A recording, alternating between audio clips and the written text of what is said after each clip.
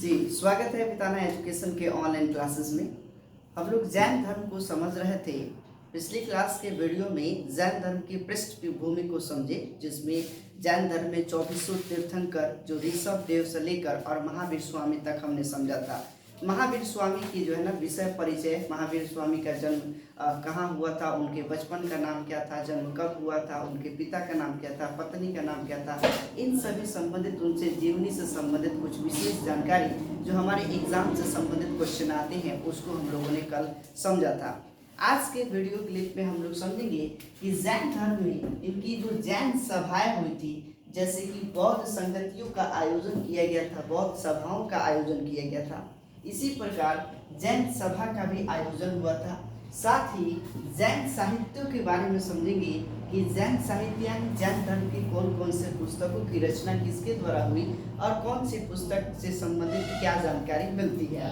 साथ ही इनके अलावा जैन संबंधित जो कला और अन्य संबंधित जो डिटेल्स है उसे समझने का प्रयास करेंगे। तो चलिए शुरू करते हैं। जैन धर्म का यह दूसरा वीडियो और अंतिम वीडियो होगा, जिससे हम जैन संबंधित जो है आसानी से किसी भी प्रश्न को ऑब्जेक्टिव टाइप में आसानी से इजीली उसको टिकअप कर सकते हैं। अब देखते हैं कि जैन सभाओं में सबसे पहली सभा जो हुई थी वह पाटलिपुत्र में हुई थी। प्रश्न आता है कि प्रथम जैन सभा का आयोजन कहाँ हुआ था, तो जवाब होगा पाटलिपुत्र में, और लगभग 4वीं शताब्दी ईस्वी पूर्व में हुआ था। इसके अध्यक्ष स्थूलभद्र थे, यानी स्थूलभद्र के नेतृत्व में 4वीं शताब्दी ईस्वी पूर्व में लगभग चंद्रगुप्त मौर्य के शासन के क्रम में यह जो है जैन सभा का आयोजन पाटलिपुत्र में किया गया था। इससे बेनिफिट क्या हुआ, क्या लाभ हुआ? इस सभा से जो है 12 अंगों की रचना की गई, यानी जैन साहित्य में 12 अंगों का संकलन किया गया। जैसे हम लोग वेद पढ़ते हैं, 4 वेद होता है, ऋग्वेद, सामवेद, अथर्ववेद और यजुर्वेद। इसी प्रकार जैन धर्मों के जो है उनके जो जैन धर्म के जो सिद्धांत होते हैं, सिद्धांतों का जो संकलन है वह 12 प्रकार के पुस्तकों अर्थात 12 अंगों में इसकी विवेचना की गई है। तो प्रश्न पूछा जाता है कि जैन धर्म की कितने अंग है, तो 12 अंग है। अंग से क्या तात्पर्य है? इनका एक वेद या इनका ग्रंथ है। तो यह 12 प्रकार के अंगों का संकलन पहली जैन सभा में किया गया, जो पाटलिपुत्र में हुआ था और लगभग 4वीं शताब्दी ईस्वी पूर्व में हुआ, स्थूलभद्र के नेतृत्व में। उस समय मौर्यों का शासन चल रहा था, यानी चंद्रगुप्त मौर्य के समय में। अब देखेंगे कि द्वितीय जैन सभा का आयोजन यानी दूसरी जैन संगति का आयोजन वल्लभी गुजरात में होता है। वल्लभी कहाँ पर है? तो गुजरात क्षेत्र में है। वल्लभी होता है लगभग यह 6वीं शताब्दी ईस्वी पूर्व। अगर एग्जैक्ट डेट समझा जाए तो यहाँ पर आता है आंसर 512 ईस्वी पूर्व में, यानी 512 एडी में यह वल्लभी अर्थात गुजरात में द्वितीय जैन सभा का आयोजन किया गया था और देवर्धिगण या क्षमा श्रवण के नेतृत्व में होता है। देखो ऑप्शन में दोनों में से कोई भी आ सकता है, उसको आप टिक कर सकते हैं, देवर्धिगण या फिर क्षमा श्रवण। क्षमा श्रवण के नेतृत्व में द्वितीय बौद्ध संगति का आयोजन किया गया, जिसमें इससे क्या होता है, इन द्वितीय जैन सभा के आयोजन में आप देखिएगा कि इसमें भी कुछ पुस्तकों का संकलन किया गया, जिसमें वेदों जैसे वेदों को पढ़ने के लिए वेदांग हुआ, वैसे अंग को समझने के लिए उपांग की रचना की गई, जो जैन साहित्य में हम लोग समझेंगे। अब आगे देखते हैं कि इधर यहाँ से प्रश्न आता है कि पहली जैन संगति यानी पहली जैन सभा और द्वितीय जैन सभा के बीच में कितने वर्षों का अंतर है? लगभग तो लगभग आप देखेंगे कि 1000 वर्षों का अंतर है। इधर 4वीं शताब्दी ईस्वी पूर्व यानी 400 ईस्वी पूर्व और इधर 6वीं शताब्दी ईस्वी यानी 600 ईस्वी। तो कुल यानी 600 इधर और 400 बैक में, यानी 1000 वर्षों का अंतर देखने को मिलता है। इन दोनों सभाओं में 1000 जो है वर्ष का अंतर देखने को मिलेगा। तो फिर से इसको कवर कर लेंगे, क्योंकि क्वेश्चन यहाँ से निश्चित आता है और कई बार एग्जाम में आया भी है कि पहली जैन सभा का आयोजन किसके नेतृत्व में हुआ? स्थूलभद्र के नेतृत्व में। और द्वितीय जैन सभा का आयोजन किसके नेतृत्व में हुआ? तो देवर्धिगण या क्षमा श्रवण के नेतृत्व में होता है, जो कि 512 ईस्वी में होता है। इसी तरीके से द्वितीय बौद्ध सभा का आयोजन वल्लभी अर्थात गुजरात में होता है। अब जैन धर्म का विभाजन से पहले ये समझते हैं कि महावीर स्वामी ने संघ की स्थापना की थी, यानी महावीर स्वामी एक संघ बनाए थे। जैसे बौद्ध धर्म के जो प्रणेता थे महात्मा बुद्ध, वो भी एक संघ का निर्माण किए थे। ठीक इसी प्रकार महावीर स्वामी ने भी संघ बनाए थे, जिसमें 11 अनुयायी थे। 11 अनुयायी को गंधर कहा गया। यहाँ क्वेश्चन आता है कि महावीर स्वामी के बनाए गए संघों में 11 अनुयायियों को क्या कहा गया? तो गंधर कहे गए। यानी महावीर के मृत्यु के बाद आप देखेंगे कि सुधर्मन इसका जो है प्रमुख बनता है। जो 11 अनुयायियों का जो संघ था उसका प्रमुख महावीर स्वामी स्वयं थे, और बाद में उनके मृत्यु के बाद सुधर्मन जो है इसके जो है प्रमुख बनते हैं 11 अनुयायियों का। इनका काम क्या था? तो घूम घूम कर जैन का प्रचार प्रसार करना, यही कार्य था गंधर्वों का। तो 11 अनुयायियों के संघों को क्या कहा गया? गंधर कहा गया। क्वेश्चन पूछा जाता है कि महावीर स्वामी के द्वारा जैन धर्म में जो संघ बनाए गए थे, संघ में कितने अनुयायी थे? तो 11 अनुयायी थे। इन 11 अनुयायियों को क्या कहा गया? गंधर कहा गया। इसको समझेंगे जरूर। और इनके मृत्यु के बाद कौन संघ का प्रमुख बनता है? तो सुधर्मन बनता है। अब बात करते हैं कि जैन धर्म का विभाजन। जैसे हमने बौद्ध धर्म के विभाजन में समझा था कि उस समय बौद्ध धर्म में ये समझे थे कि बौद्ध धर्म का भी विभाजन हुआ था, और इसी प्रकार आप देखेंगे कि जैन धर्म का भी विभाजन होता है 2 भागों में। एक श्वेतांबर होते हैं और दूसरा दिगंबर होते हैं। श्वेतांबर और दिगंबर आप देखेंगे कि चंद्रगुप्त मौर्य के समय में यह विभाजन होता है। जब चंद्रगुप्त मौर्य के समय में अकाल पड़ा था, लगभग 12 वर्षों तक लगातार अकाल पड़ने की वजह से इधर देखेंगे कि भद्रबाहु के नेतृत्व में चंद्रगुप्त मौर्य चले जाते हैं श्रवणबेलगोला, और श्रवणबेलगोला जाकर और इनको सल्लेखन विधि से इनका जो है ये किया जाता है, निर्वाण की प्राप्ति कराया जाता है। सल्लेखन विधि उसे कहते हैं कि जैसे भोजन को त्याग करके प्राण त्याग देना सल्लेखन विधि कहा जाता है। तो यही सल्लेखन विधि से इनकी मृत्यु हो जाती है। और जब भद्रबाहु वापस दक्षिण से उत्तर क्षेत्र में आते हैं तो देखते हैं कि जैन धर्म के जो जैनी लोग थे उन लोगों में कुछ परिवर्तन देखने को मिलता है, जो स्थूल भद्र के नेतृत्व में हो रहा था। और इन्हीं परिवर्तनों के समर्थन में जो कार्य चल रहे थे उसे श्वेतांबर कहा गया, और जिसने परिवर्तन नहीं किया ये उसे दिगंबर कहा गया। दिगंबर का मानना है कि महावीर स्वामी के जितने भी निर्णय थे उन्हीं निर्णयों पर हम अटल रहेंगे, वह दिगंबर कहलाए। और इधर श्वेतांबर जो महावीर स्वामी के निर्णयों में कुछ परिवर्तन कराए उसे श्वेतांबर कहें। तो यह श्वेतांबर स्थूल भद्र के नेतृत्व में डेवलप हुआ, और दिगंबर भद्रबाहु के नेतृत्व में डेवलप हुआ।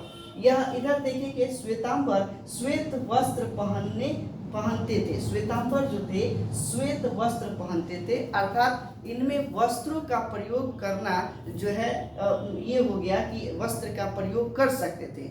वस्त्र के प्रयोग करने से स्त्रियों के लिए भी मोक्ष की प्राप्ति का द्वार खुल गए थे। जबकि इधर आप देखेंगे कि दिगंबर के अनुसार महावीर स्वामी कहते हैं कि यदि निर्वाण की प्राप्ति करना और कैवल्य की प्राप्ति करना हो तो उसके लिए मनुष्य को पूर्ण नग्नता अपनाना पड़ेगा, यानी अपने आप को कठोर से कठोर जो है कठोरता का पालन करना होगा। यह काया क्लेश के अंतर्गत आएगा। तो यह पूर्णता नग्नता को समर्थन देते हैं। ये पूर्ण नग्नता जो स्त्रियों के लिए संभव नहीं था, इसलिए स्त्रियों के लिए मोक्ष भी संभव नहीं था। तो यहाँ पर जो दिगंबर जो अनुयायी थे उनका कहना था कि स्त्रियों की मोक्ष जो है संभव नहीं है, जबकि श्वेतांबर कहेंगे कि स्त्रियों की मोक्ष भी संभव हो गया, क्योंकि इन लोगों ने श्वेत वस्त्रों का धारण करना प्रारंभ कर दिया था उत्तर भारत के क्षेत्रों में। इधर आप देखेंगे कि महावीर स्वामी को भगवान की तरह दर्जा दिया गया और इनका मूर्ति पूजा प्रारंभ हो गया। यानी श्वेतांबर जो जैन लोग थे वो महावीर स्वामी को भगवान का दर्जा दिए और जिन्हें मूर्ति पूजा, और महावीर स्वामी मूर्ति पूजा के विरोधी थे। और दिगंबर यही किए कि उनको जो है महावीर स्वामी दिगंबर के मत अनुसार महावीर स्वामी जो थे वह सिर्फ पुरुष के रूप में जाने गए और इन्हें देवता के रूप में नहीं माना गया, इसलिए यह दिगंबर के अंतर्गत आए। तो मुझे लगता है कि आप समझ गए होंगे कि महावीर स्वामी जैन धर्म के दो संप्रदायों में बट गया, एक श्वेतांबर और एक दिगंबर। दिगंबर जो महावीर स्वामी के निर्णयों का कठोरता से पालन किए, और श्वेतांबर जो महावीर स्वामी के निर्णयों में कुछ परिवर्तन करके और उसका पालन करते हैं, वो श्वेतांबर का है। अब बात करते हैं कि जैन की साहित्यों के बारे में। जैन धर्म के साहित्य में आप समझेंगे कि पहली जैन सभा का जो आयोजन किया गया था उसमें अंगों की रचना की गई, जिसमें टोटल 12 अंग थे। 12 अंग जो जैन सिद्धांतों की रचना की गई, जिसमें जैन धर्म के जितने सिद्धांत है उन सिद्धांतों की विवेचना इन 12 अंगों में की गई। और इसी 12 अंगों को समझने के लिए उसमें उपांग की रचना की गई, जो यह भी 12 ही है और इसमें अंग का विस्तार दिया हुआ है।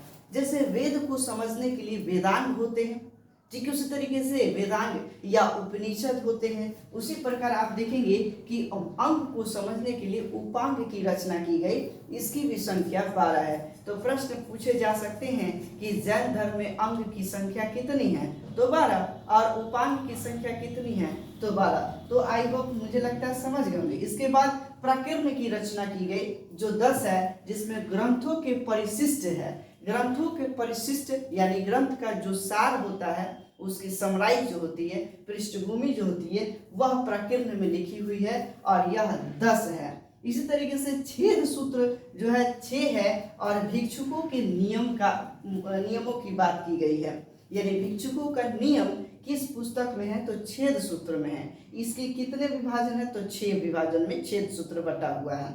इसी तरीके से मूल सूत्र जो है, मूल सूत्र 4 है। तो आई होप इसको आपको ध्यान रखना होगा, एग्जाम से संबंधित बहुत इंपॉर्टेंट हो जाता है कि अंग 12, उपांग 12 और इधर प्रकीर्ण की संख्या 10 और छेद सूत्र संख्या 4 और मूल सूत्र जो होता है वह आपकी 4 हो गए, छेद सूत्र की संख्या 6 हो जाता है। तो इसे 1-2 बार देखकर आप इसको समझ लीजिएगा, बेस्ट रहेगा। और इसी में जैन साहित्यों को जैन धर्म के अनुसार आगम कहा जाता है। जैन धर्म के अनुसार जैन साहित्य को क्या कहा जाता है, आगम कहा जाता है। और जैन साहित्य में आप देखेंगे कि भगवती सूत्र नाम की पुस्तक जो महावीर एवं अन्य जैन मूर्तियों का जीवन चरित्र करता है। इसी भगवती सूत्र से 16 महाजनपदों की भी रचना मिलती है कि जो भारत गणराज्य है, राष्ट्र जो है, इसमें 16 महाजनपद थे। तो इसी भगवती सूत्र से जानकारी मिलती है, जिसमें महावीर स्वामी और अन्य जैन मूर्तियों का जीवन चरित्र भी देखने को मिलता है। यही आप देखेंगे कि कल्प सूत्र जो जैन धर्म की प्रारंभिक इतिहास है, शुरुआत की इतिहास जो ऋषभ देव, अजितनाथ, आप देखेंगे अरिस्टोनेमी और उन सभी से संबंधित जो इतिहास है वह कल्प सूत्र में लिखी हुई है, जिसकी रचना कौन करते हैं, भद्रबाहु करते हैं। और भद्रबाहु के नेतृत्व में कौन सा संप्रदाय चलता है, तो दिगंबर संप्रदाय चलता है। जब एक वर्ड आपके सामने दिख जाए तो इससे संबंधित जो भी घटनाएं घटित होगी उसको आप माइंड में रिकॉल कर ले तो बेहतर रहेगा। तो कल्प सूत्र की रचना कौन किए, भद्रबाहु किए। और कल्प सूत्र किससे संबंधित है, तो जैन धर्म के प्रारंभिक इतिहासों से संबंधित है। साथ ही भगवती सूत्र की रचना आप देखेंगे कि भगवती सूत्र भी जो है महावीर और जैन धर्म की जो है मूर्तियों का जीवन चरित्र करता है। इसी से आपको 16 महाजनपदों की रचना भी देखने को मिलती है। अब बात करते हैं कि जैन धर्म से संबंधित कला और उससे संबंधित कुछ अन्य पॉइंट्स, अन्य बिंदु क्या है उसे समझते हैं। जैन धर्म के समय में मथुरा कला का विस्तार होता है। जैसे बौद्ध धर्म के समय में गांधार कला का विस्तार हुआ। गांधार कला मैंने बताया कि पश्चिम उत्तर के क्षेत्र में गांधार प्रदेश था, वहां से कला का जो है देखने को मिलता है कि उस गांधार कला के माध्यम से जो मूर्तियां बनाई जा रही थी जिस विधि से, उसे गांधार कला कहा गया। और विशेष रूप से मथुरा जो उत्तर प्रदेश का क्षेत्र है और मथुरा में जिस विधि से मूर्ति का निर्माण किया जा रहा था वह मथुरा कला कहा गया। तो इधर देखेंगे कि मथुरा शैली का इसमें विस्तार होता है जो जैन धर्म से संबंधित है। प्रश्न आ जाता है कि जैन धर्म से संबंधित कौन सी शैली है, मथुरा शैली, गांधार शैली या दोनों या इनमें से कोई नहीं, तो मथुरा शैली निश्चित ही सही होगा। इधर देखेंगे कि खजुराहो का मंदिर जो मध्य प्रदेश में है, जिसे चंदेल शासकों ने बनवाया, यह जैन धर्म और हिंदू धर्म दोनों से संबंधित है। प्रश्न आते हैं कि खजुराहो का मंदिर किस धर्म से संबंधित है, तो इसका उत्तर होगा जैन धर्म और हिंदू धर्म। इसको किसने निर्माण कराया, तो चंदेल शासकों ने करवाया। और चंदेल शासकों में आप देखेंगे कि चंदेल शासकों ने मध्य प्रदेश में कराया था। ठीक इसी तरीके से माउंट आबू का दिलवारा मंदिर, यह जैनों से संबंधित है, यानी कि जैन धर्म से संबंधित यह मंदिर है माउंट आबू दिलवारा मंदिर, जो कि राजस्थान में है। और राजस्थान के आप देखिएगा कि सोलंकी शासकों ने बनवाया था, सोलंकी शासकों ने इस मंदिर को बनवाया था। और सोलंकी शासकों के मंत्री जो विमल शाह थे, विमल शाह ने इस मंदिर का निर्माण करवाया था। तो कहीं ना कहीं यह ऑब्जेक्टिव टाइप का क्वेश्चन आता है कि माउंट आबू दिलवारा मंदिर किसके द्वारा बनाया गया, तो जो है विमल शाह जो सोलंकी शासक के जो है मंत्री थे। इसी प्रकार आप देखेंगे यह राजस्थान क्षेत्र में है और खजुराहो का मंदिर जो है मध्य प्रदेश के क्षेत्र में है। श्रवण बेलगोला में बाहुबली की विशाल मूर्ति है जो जैन धर्म से संबंधित है। श्रवण बेलगोला जो कर्नाटक में है, जहां पर संलेखन विधि से आप देखेंगे कि चंद्रगुप्त मौर्य की मृत्यु होती है, यही श्रवण बेलगोला में बाहुबली की विशाल मूर्ति है जो किससे संबंधित है, जैन धर्म से संबंधित है। और यहाँ पर प्रत्येक 12 वर्षों पर आप देखेंगे कि महामस्तिका अभिषेक किया जाता है। महामस्तिका अभिषेक यह एक प्रकार का मेला होता है। महामस्तिका अभिषेक एक मेला कही या एक पूजा कहे या एक ये कहा जाए भव्य यज्ञ कहा जाए, तो प्रत्येक 12 वर्षों पर यहाँ पर महामस्तिका अभिषेक होते हैं। तो प्रश्न ऐसे भी बन सकते हैं कि किस मंदिर के पास महामस्तिका अभिषेक की पूजा होती है, तो आप बता सकते हैं बाहुबली की विशाल मूर्ति जो श्रवण बेलगोला में है। अब यहाँ पे भी ये भी प्रश्न आ जाता है कि बाहुबली की मूर्ति कहाँ स्थित है, तो श्रवण बेलगोला में। तो आई होप ये सारे पॉइंट्स आप समझ गए होंगे। जैन धर्म से अन्य और भी बिंदुएं हैं जिन्हें आप पुस्तकों के माध्यम से समझ लें और बीपीएससी या यूपीएससी संबंधित प्रश्नों को जो है उसका जो ऑब्जेक्टिव होता है उसे आप सॉल्व करने का प्रयास करें, निश्चित ही आपको सफलता जरूर मिलेगी। अगर ये वीडियो आपको पसंद आता है तो हमारे वीडियो को लाइक करना ना भूलें और साथ ही अगर हमारे चैनल को अब तक सब्सक्राइब नहीं किए हैं तो बिल्कुल सब्सक्राइब करें। और धन्यवाद हमारे इस चैनल पर जुड़े रहने के लिए। Thanks a lot.